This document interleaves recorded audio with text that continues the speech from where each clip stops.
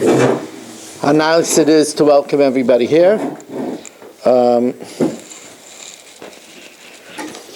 Rabbi Friedman, you get a welcome back again. You see, you should be able to be kaveya that we don't have to welcome you so many times. So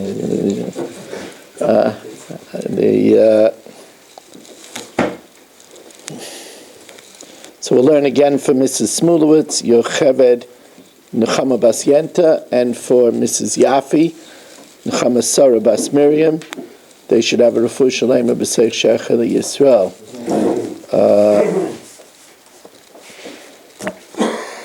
Tell Mrs. Yafi we want her to be able to come to the Avos Yisrael shir without any trouble, and to come back to shul. And it's all, it says you have to know how to ask. We ask, like it says by the Mishna. So the great Rebbe said, Kan haben shoyel.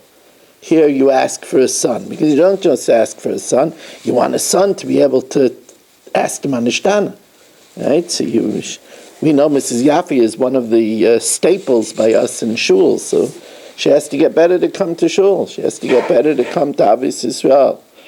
The Ger Rebbe extended that by Manishtana. It's known that Friedrich Ger Rebbe, I think it was the Imre Menachem, said that he would say that it's a time to ask for shidduchim before Manishtana, because you have to have the woman in order to have the children. So you could do that before Manishtana also. Also, there's a very nice midig brought down by the Kadmoinim that a girl that's looking for a shidduch should go down and open the door for Eliyahu. That's brought down in many Haggadahs. So that's also a Shena Skula, which we did when our girls were young, and it worked. It worked. It's not easy. People think it's not easy as a rav to marry off daughters. Who wants a rav? He wants somebody. He's going to tell me what to do, and he doesn't have that much money. Who needs it? Who needs it? Hashem, we had siyata d'shmaya. But it wasn't easy. It wasn't easy. They weren't banging down. For our boys, they were banging down the doors. We weren't asking for anything. So that was like nirvana, But the girls, anyway, Baruch Hashem. I give you a bracha. Everybody should do as good as I did with my aid, and you'll be okay.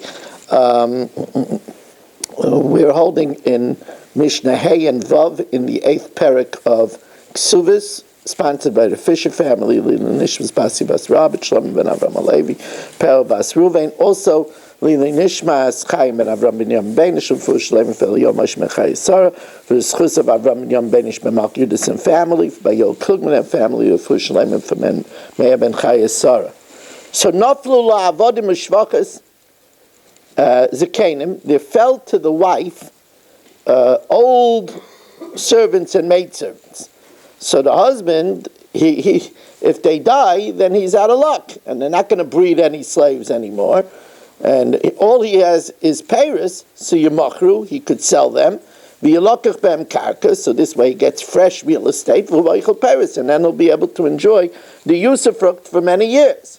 Reb Shimon Gamliel says she could stop it. Loi simkar. Because she could say, those servants were in my family's, they were in my family's estate for generations. They're part of the family, and therefore I don't want you to sell them. Similarly,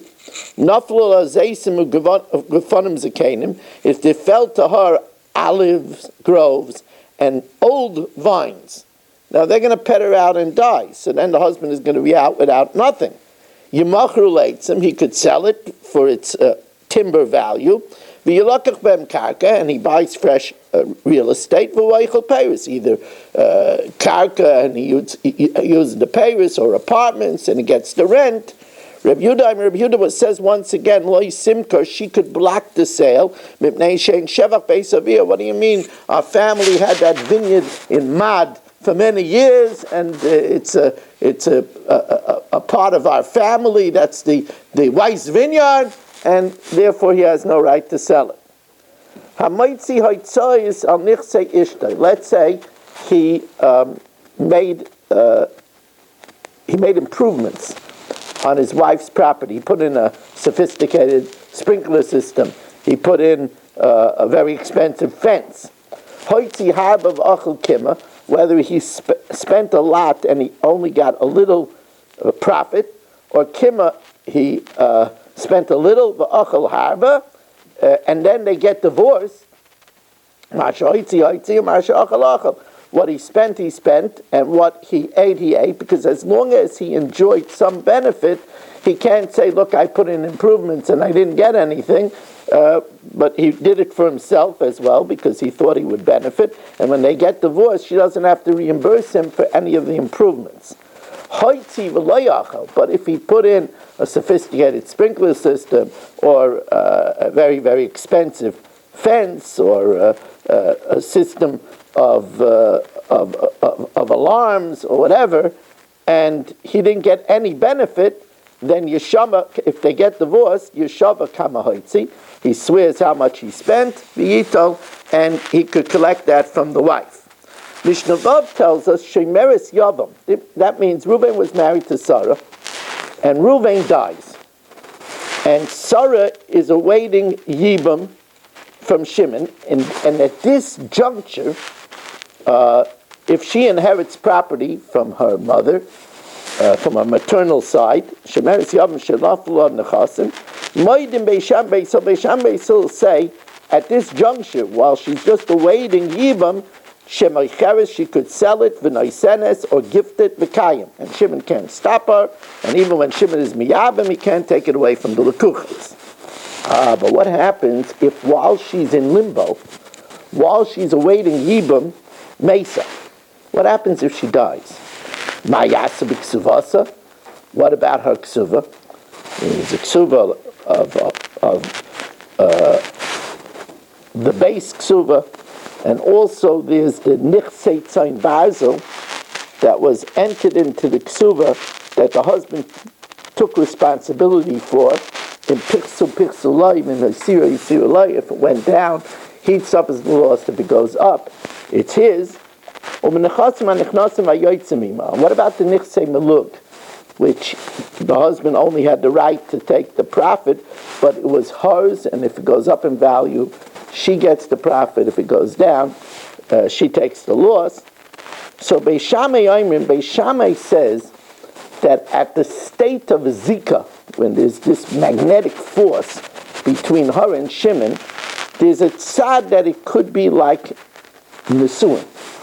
So therefore, Yachloiku, it should be divided by the Yoshei Habal, by the ears of the husband, namely his brothers. Obviously, there's no children, because otherwise she wouldn't be a Shemeres Yavam. It could be a father, there could be a father, but it's inherited by the ears of Ruvain and Yoshia and her ears. In other words, her father. Beisil says, Nechasim b'cheskasim. What we do is we leave everything by its presumptive status. Therefore, ksuva, which she never got, that remains in the chazakah of the husband, and therefore it goes to the husband's brother or the husband's father. The cheskas Yoshei Abal, that goes to the Yoshei Abal. The chasim and the knasim vayotzim hanichsei melug, which that was primarily hers, because if it went up in value, she keeps the value. If it goes down, she takes the loss. That's becheskas Yoshei of. That's in the presumptive status of her Yoshim, of Sarah's Yoshim. The Gemara says that the Mishnah does not address the Nichsei Tzayin Barzel, and the Gemara says that according to the opinion of Beis Hillel, the Nichsei Tzayin Barzel is split, and why that is, that's a big discussion in the Rishonim. The reason why I'm recording now, Rabbi Isai, is because tonight after the daf, we're going to do a chok, the first chok in Parshas Tetzaveh. So that will be Be'ezus Hashem after the daf. We have, of course, a second Mariv at 7:45, which you're encouraged to support. Thank you very much for joining us. Reb Chananya ben Akasha Amarat